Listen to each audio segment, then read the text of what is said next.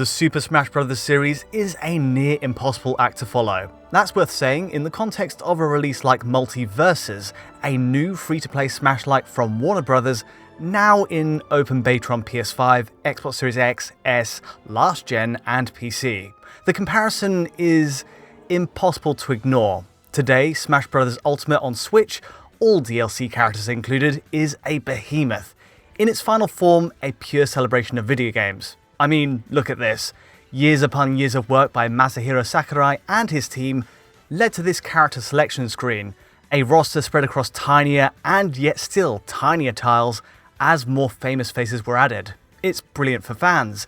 It's also overwhelming to the outsider. Either way, there isn't a game with so many game industry icons packed into one place. The mechanics too have been tightened, fine-tuned over the years, and the result for fans of the series, myself included, is something very special in the presence of a good group of friends. Which obviously makes it all the harder for an outside challenger to battle their way in. With MultiVersus then, Warner Bros. Has a tremendous uphill battle, but in comparison, just how much does it get right next to Nintendo's heavyweight, even on a technical level? And where does it seem to fall short right now? Let's find out.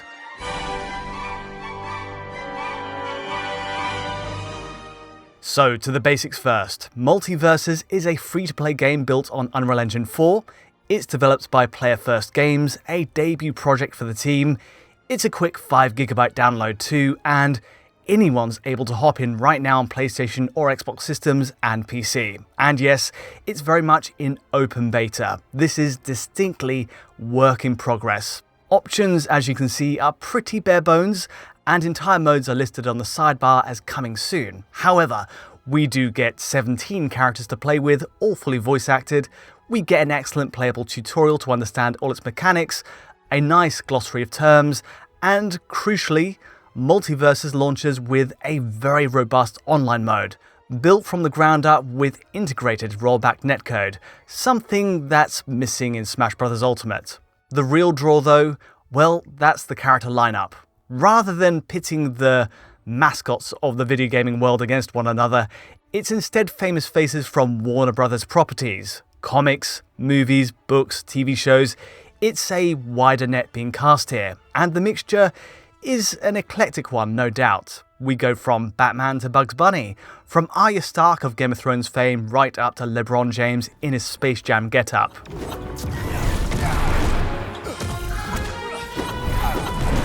First impressions. Right away, there's a sense of how bare bones it is, opening with a Fortnite-esque front end, a lab mode for practice, and then the online modes. I will also say a pillar of MultiVersus design is its free-to-play nature. That is, there are microtransactions to unlock characters faster for use online, using a currency called Gleamium. Thankfully, this does not apply to perks. Perks being a library of attachable extras that gives each character new abilities, stat boosts to movement speed, attack power, and so on. Now, in fairness, you're perfectly able to unlock all these characters and these perks using its in-game currency, coins earned via challenges while playing online. You don't have to spend a penny, but if you want them faster, well, you'll just have to pony up for the luxury. Helpfully, everything is actually already unlocked in the lab mode, the offline mode, for you to test against AI players. The unlocks are just a factor for online play.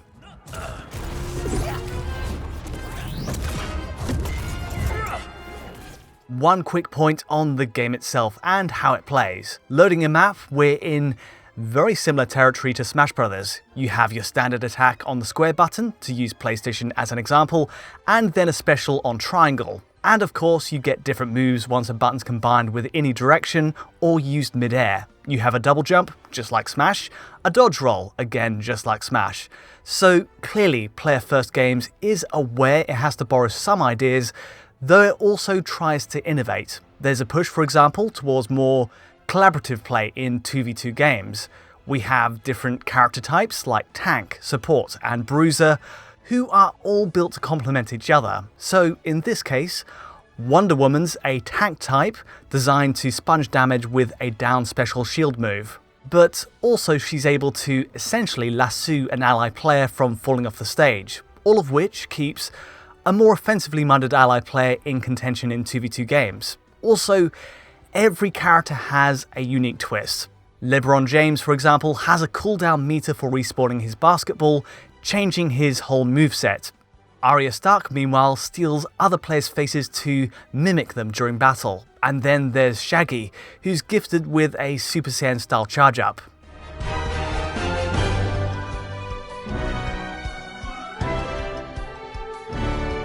The sheer imagination put into each character's moves makes MultiVersus worth a go at least. For my money, the mechanics, the flow of combat still isn't quite as tight as Smash Bros. Yet, but it's still one of the best alternatives out there. Part of this might be a need to just, well, practice. Partly though, it's missing small touches that we've perhaps taken for granted in Smash all these years. Visual cues like screen shakes, speed lines, help signal a successful Smash. Even sound design plays a role. It's almost subconsciously ingrained. All of these details are part of a kind of hidden language Sakurai and his team have mastered over a span of 2 decades, 5 releases, to add a satisfying crunch to each move. Still though, it's impressive how close MultiVersus gets in its first try, and the crucial bit, it's a fresh start, a less intimidating roster size for newcomers, with fewer maps and no random items to add to the chaos.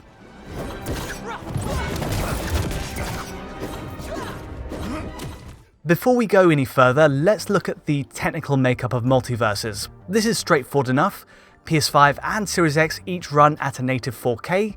DRS adjustments are possible under 3840x2160, it being an Unreal Engine 4 game, but typically we're at this top figure even in 4-player battles. Visually speaking, this is remarkably close to PC's max settings too.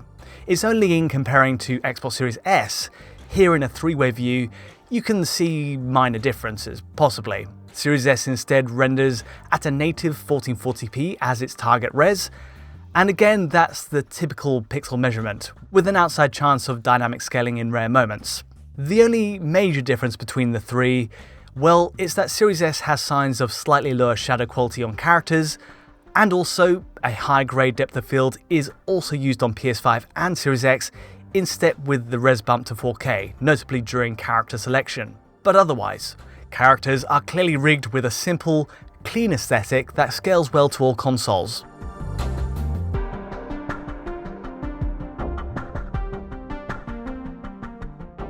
Frame rates next. A perfect 60fps is the goal here of course, and MultiVersus delivers on every newer machine.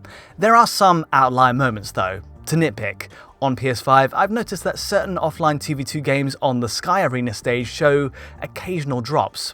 It's down to 58fps every now and then, so nothing too aggressive.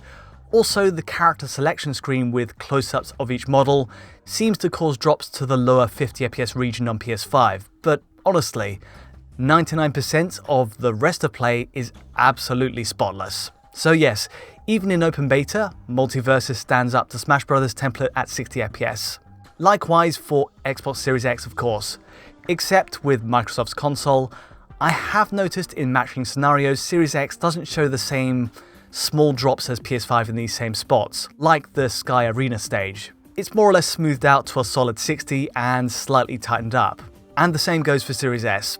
Every map, every 2v2 lineup I've tried pumps out a very flat 60fps line. The only real criticism is those tiny drops on PS5 then, but MultiVersus is in pretty good standing if that's the worst of it. So 4K at 60fps on the premium machines. But how does MultiVersus stack up to Smash Bros. Ultimate on Switch? Let's be honest here, this comparison is a bit of a stretch. No matter how we match the footage, they're entirely different games, with entirely different characters and different stages. And yet, the more I started matching clips between the two, the more similarities I saw. Yes, there's no exact sync up, but I tracked down the nearest best map in Smash to the small selection in MultiVersus. Some are a bit of a reach, but others, like the Haunted Mansion for example, have a kind of direct equivalent in Smash Bros. 3 points stand out right away. Firstly, there's the image quality. To MultiVersus' credit, it sports a pristine, almost aliasing-free image owing to that 4K resolution on premium consoles. It looks clean in a way Switch simply doesn't match, being stuck at 1080p. For Smash Bros. Ultimate then, we have a native 1920 by 1080 resolution while docked, but honestly it still scales well to a modern 4K display. Outside of some flashes of aliasing, the bold, rich designs of Smash Bros. Characters make it easy to read even in huge 8-player games, double the characters possible of MultiVersus 4. There's a sharpness to the look of Smash Bros. 2, which does help, while MultiVersus opts for this clean, pristine, post-processed image. Also, oddly, MultiVersus by default enables these bold, coloured outlines to characters to help make the action more legible. I think it's a strange move, especially given Nintendo's approach is clear to read without any visual assists.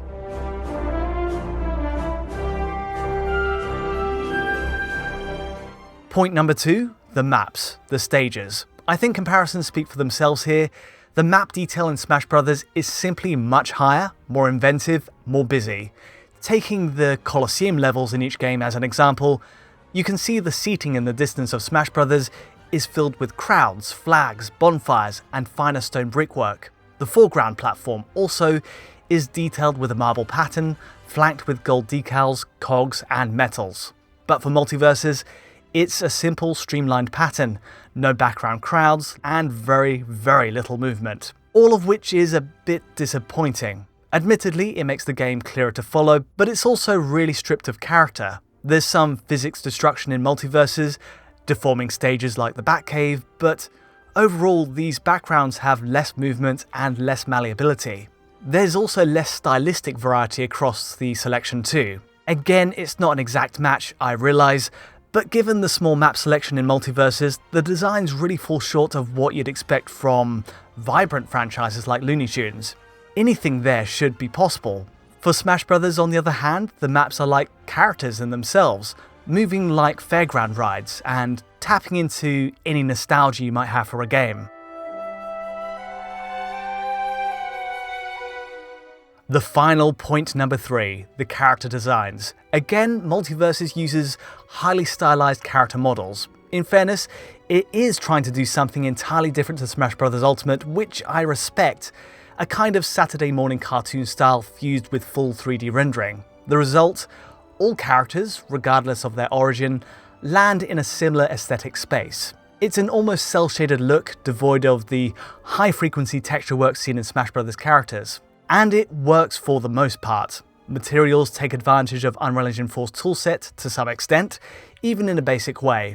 Materials for hair, skin, the metal on Iron Giant, for example, all have a Pixar movie-esque sheen to them, reflecting and diffusing oncoming light. There's more detailed shadows and gradients of shade added with ambient occlusion, and the best bit, the animations on each character are excellent all round, authentically realised in a 3D space. In the character selection screen, there's a smooth flow to each character's startup pose, with physics-based elements like hair and even Taz's tuft of fur snap to the motion. MultiVersus' superb animations stand out then. Again, it's not always spectacular, but it all feels authentic to the source material.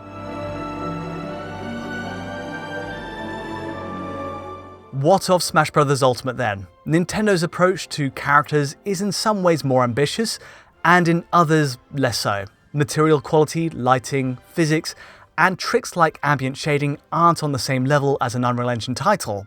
Even so, the actual model quality for Smash Bros. Holds up superbly. I mean, as you can see, for a start, most characters sport actual texture mapping, which admittedly gives the impression of more detail. So, for Fox McCloud here, there's an actual fur texture map across his body as opposed to the flat texture on Taz on right. The texture resolution isn't exactly flattering up close, of course, but it works from afar during Smash's gameplay. And likewise, Mario's denim dungarees show a striking texture, while Wonder Woman, to pick an example, is built on a cleaner design. Comparisons really do vary by the character. Bowser versus Raindog, for example, a character design just for this game, doesn't exactly paint MultiVersus in great light. There's no question which has more detail, but it's apples to oranges. Still, for most of the other characters, the style of MultiVersus is really a great fit, and distinguishes it from Nintendo's work. Another victory for the Dark Knight and the Princess of the Amazons. This isn't the final word on MultiVersus, given it's very much a work in progress. We need to see more stages, characters and modes, where the current showing is fairly bare bones in terms of features. What's here is still surprisingly robust though. The rollback netcode is excellent, the character animations are authentic, and generally the mechanics are in a pretty good place. Scrutiny is inevitable though, especially when the Smash Bros. Series has dominated this genre of multiplayer brawling for so long. It's got a lot to catch up on. Any contender will be criticised for not being enough like Smash Bros. Or not different enough, so powerful is the cultural monopoly it has at this point. Even so, MultiVersus' take is stylistically unique. The focus on 2v2 play, the perks, all might be just enough to distinguish it on a gameplay level.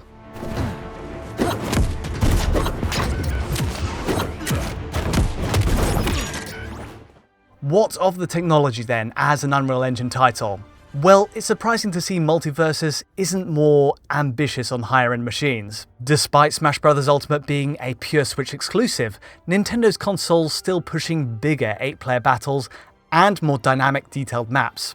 So the only real on-paper benefit MultiVersus has is its 4K image on PS5 and Series X and better material lighting and shading. The other problem is the consistency in its roster. Now, I know many have already said it, but where Smash Bros.' theme is its celebration of video games, the only thing really tying MultiVersus characters together is this association with Warner Bros., which, honestly, is not a brand that really inspires passion in and of itself. There's plenty under the Warner umbrella that people love, sure, Looney Tunes, Game of Thrones, but all crammed together in one game, it's an unusual mix. That aside, MultiVersus is still a fascinating project. It feels like a clean slate. A fresh break for another developer to put a spin on a well-known gaming staple, and I'm looking forward to seeing how it grows. But that's all from me today.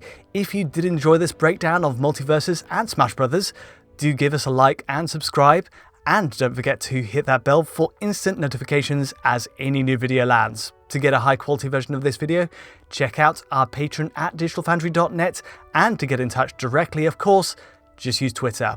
But from me for now, thanks for watching.